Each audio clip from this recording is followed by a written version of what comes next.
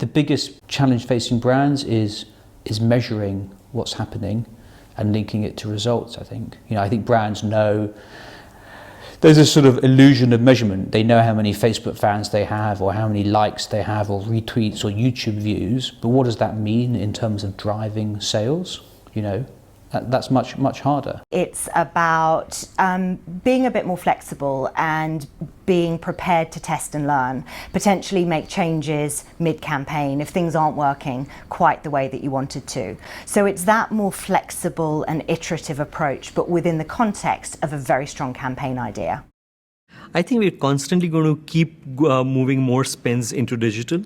I think we'll reach a point of equilibrium at some point of time because the role of TV and traditional media is not going to be dead, and especially emerging markets, that is still going to be a very important part of the media mix. And sometimes to give you scale or to allow you very quick reach, it still has a very important role. But I would say increasingly we're going to keep moving our media monies into more of digital, into more of content development.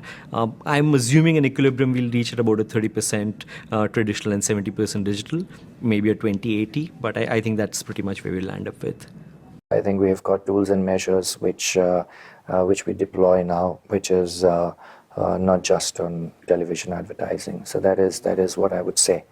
I must again say that we are indeed extremely energized by the consumer living the 24/7 life, because it allows us as brands to play a bigger part in our lives rather than just being present at the shop. So in terms of the best brands and how they're measuring and improving, again, it's back to basics. It's those brands that are measuring in the right way. And I often talk a lot about measurement being one of our biggest barriers, because I think there's too many old methodologies being used in a new world. So it's those that are looking at new ways of understanding their consumer, because as I've said, the customer journey has changed. And those that understand that have got the right measurement in place and then react to it.